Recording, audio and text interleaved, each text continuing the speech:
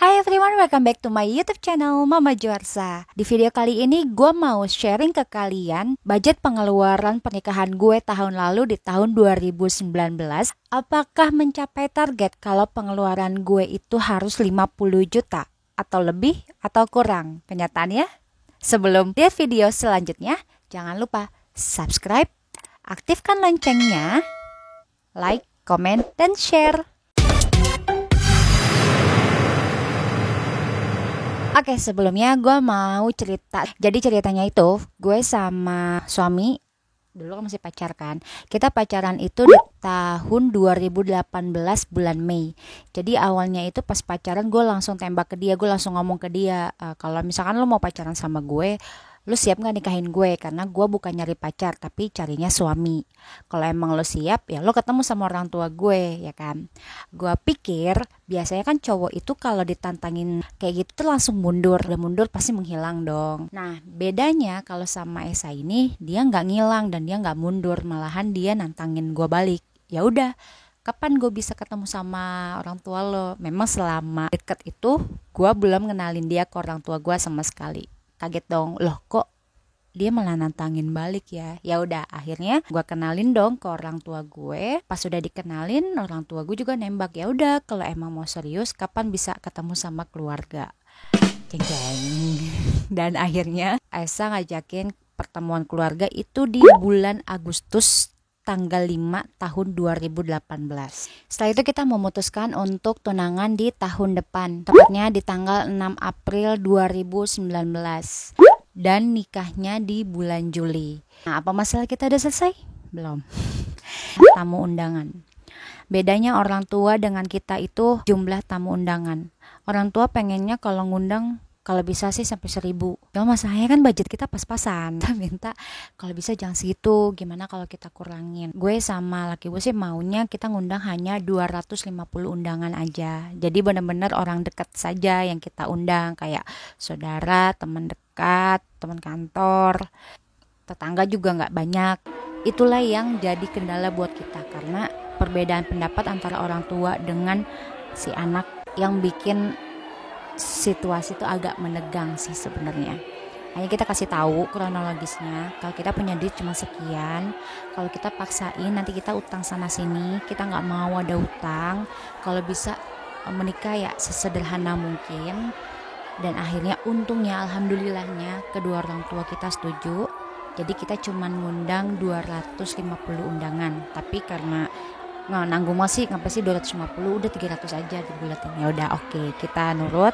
Akhirnya kita ngundang 300 undangan. Oke, sekarang bagian catering. Untuk tamu undangannya itu berjumlah 300 kalikan 2 saja. Total cateringnya itu adalah 600 undangan. Untungnya gue dapet catering itu tetangga gue itu menawarkan harga yang sangat murah. Untuk biaya catering kita 600 undangan itu hanya 27.500.000 dengan menu utama pasti nasi putih, rendang, ayam teriyaki, ikan asam manis, sop kimlo. Terus dessertnya itu asinan buah, bakso, puding, siomay, es krim. Masalah selanjutnya adalah kita harus memikirkan gedung.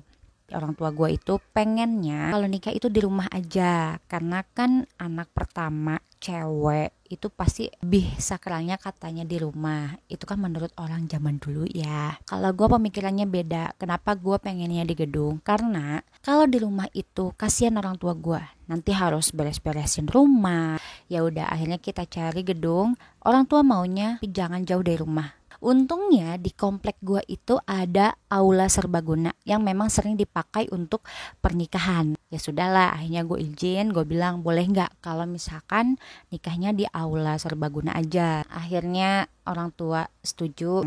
Ya sudahlah, akhirnya gue booking di situ dengan harga korting. Jadi kalau misalkan orang luar dari komplek mau nyewa gedung yang ada di komplek gua itu harganya 5.500.000.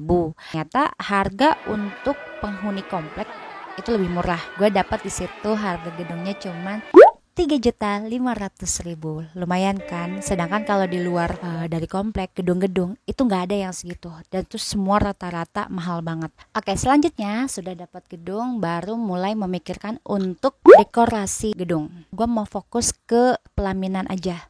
supaya hasil fotonya bagus. Tapi untuk dekor gedungnya atau apa, kalau bisa nggak usah, nggak apa-apa. Jadi gue cuman fokusnya pertama di dekorasi pelaminan, kedua dekorasi untuk akad, ketiga paling kursi tamunya disarungin putih gitu, terus keempat tempat buat prasmanan. Dari dekorasi biaya yang gue dapatkan harganya 14.690.000. Selanjutnya mua make up artis. Kalau pengantin itu harus cantik, harus bisa manglingin. Akhirnya gue berinisiatif untuk pakai jasa temen gue sendiri, Adinda. Kalau misalnya kalian kepo mau tahu seriasannya, bisa cek aja di Instagramnya ya, @adindasunarto. Harga total keseluruhannya 6.915.000. Nah, kalau untuk harga paket yang gue dapet, pakaian resepsi sama akad nikah, kedua dapat pakaian untuk kedua orang tua, tapi kedua orang tua hanya dapat saat resepsi aja. Ketiga, penerima tamu itu ada 4 orang. Setelah itu base cap untuk adek aku aja. Oke, selanjutnya jasa wedding organizer. Untung gue juga punya temen ya, dia punya WO sendiri, namanya Bantu Nikahan. Kalau kalian kepo, kalian bisa cek di Instagramnya Bantu Nikahan ya. Dia kasih harga totalnya 2 panitia wedding organizer sama 1 MC itu 3.500.000. Setelah dapat panitia untuk wedding organizer, akhirnya gue memikirkan untuk dokumentasi. Karena dokumentasi itu penting. Itu supaya mereka bisa ngambil part-part yang kita bisa lihat ulang lagi. Gue cari-cari di Instagram, gue dapatlah harga yang promo. Harga promonya itu 2.750.000. Udah dapat foto dengan video. Dan gue tanya ke mereka apa bisa dapat video mentahnya. Ternyata gue dapat video mentah dari mereka. Jadi gak cuma dapat video yang sudah diedit, tapi juga dapat video mentah juga. Selanjutnya yang lebih penting lagi adalah kartu undangan. Tadinya tuh kita maunya undangannya elektronik aja, tapi tetap ada orang tua. Jadi kalau bisa harus tetap ada yang dicetak. Itu gue dapat harganya 740.700. Terakhir itu adalah souvenir. Ini ada beberapa footage video waktu gue lagi hunting souvenir ya ke pasar-pasar. Kalian bisa cek aja. Sekarang kita pindah tempat, kita ke Pasar Jatinegara untuk cari souvenir. Dan souvenirnya kita belum tahu mau souvenir apa, tapi yang pastinya harus cari yang ya pertengahan lah, yang bagus menurut kita sama yang bagus menurut orang tua atau calon mertua. Oke, sekarang kita udah nyampe di Jatinegara. Ini bentuknya random. Iya, kayak gini. Kalau beli di atas 300 ini semua ya. 1.000-nya boleh. Ya ini bosnya. Silakan menawar. Untuk kurang Bu. Kurangin Bu. Kak. Sampai 1.000 pun enggak kurang. Ini juga sama 2.000. Oh, ini beda. Ini doang nih Kak. Dia cuma ini. Ready-nya berapa? Ready banyak. Oh, 50.000 biji juga. Karena emang lagi dipromoin Kak. Jadi 2 random ini semuanya 2.000 ini random ya, iya, bentuknya. Enggak masalah sih ya. Mama kan di promo udah pakai sablon sama yang sama kan?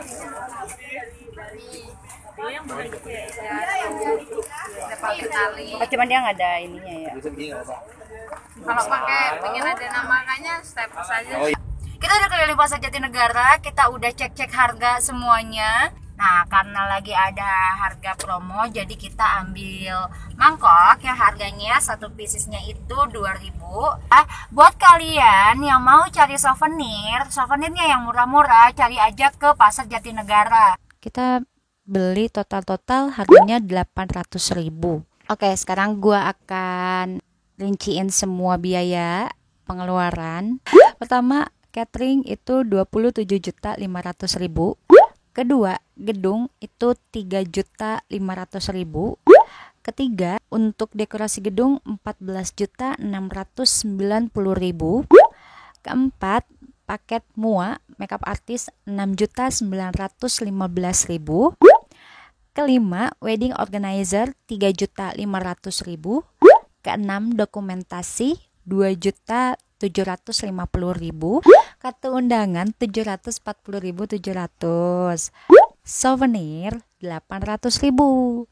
Jadi total keseluruhannya adalah 60.935.700. Baiklah, sekian sharing gue pengeluaran untuk biaya pernikahan. Semoga buat teman-teman yang kalau misalkan memang punya budget terbatas untuk menikah, tidak usah khawatir karena banyak kok biaya-biaya yang bisa kalian pangkas